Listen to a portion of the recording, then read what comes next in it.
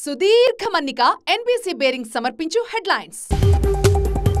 చంద్రబాబు ఈ నెల 9కి బదులు 12న సీఎంగా ప్రమాణ స్వీకారం చేస్తున్నారు. 9న మోదీ ప్రమాణ స్వీకారం ఉండడంతో స్కెడ్యూల్ను మార్చుకున్నారు. 11న టీడీఎల్పీ సమావేశం నిర్వహిస్తారు. కొత్తగా ఎన్నికైన ఎమ్మెల్యేలు తమ నేతగా చంద్రబాబును ఎన్నుకుంటారు. ఆదివారం సాయంత్రం 6 గంటలకు ప్రధానిగా మోదీ ప్రమాణం చేయబోతున్నారు. కీలక శాఖలు తమ దగ్గరే ఉంచుకోవాలని బీజేపీ అనుకుంటోంది. టీడీపీకి విమానయాన శాఖ, ఉక్కు శాఖ ఇచ్చే అవకాశం కనిపిస్తోంది. జేడీయూకి వ్యవసాయం, పంచాయతీరాజ్ ఇవ్వచ్చు. లోక్సభలో విపక్ష నేత ఎవరన్న చర్చ జరుగుతోంది. గతంలో విపక్ష నేతగా ఉన్న అధీర్ రంజన్ ఈ ఎన్నికల్లో ఓడిపోయారు. కేబినెట్ ర్యాంకున్న ఆ పదవికి రాహుల్ గాంధీని ఎన్నుకోవాలని కర్ణాటక డిప్యూటీ ముఖ్యమంత్రి డీకే శివకుమార్ సూచిస్తున్నారు.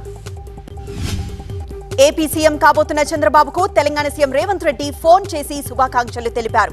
ఇరు రాష్ట్రాల మధ్య సత్సంబంధాలు కొనసాగించాలని ఆకాంక్షించారు. విభజన సమస్యల పరిష్కారానికి సహకరించాలని రేవంత్ రెడ్డి కోరారు.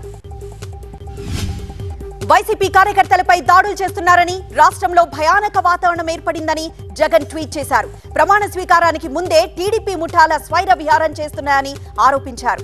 గవర్నర్ జోక్యం చేసుకుని అరాచకాలను ఆపాలని కోరారు. జగన్ తప్ప వైసీపీలో గెలిచిన వాళ్లంతా తమకు టచ్ లో ఉన్నారని బీజేపీ నేత ఆదినారాయణ రెడ్డి అన్నారు. తాము ఒప్పుకుంటే అరగంటలో బీజేపీకి క్యూ కడతారన్నారు. వైసీపీకి ప్రజలు గుణపాఠం చెప్పారని, తప్పులు చేస్తే తమకు జగన్ పరిస్థితే వస్తుందన్నారు. మా అసోసియేషన్ నుంచి నటి హేమను సస్పెండ్ చేశారు.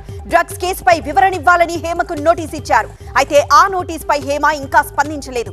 హేమకు క్లీన్ చిట్ వచ్చే వరకు సస్పెన్షన్ కొనసాగుతుందని అధ్యక్షుడు విష్ణు చెప్పారు.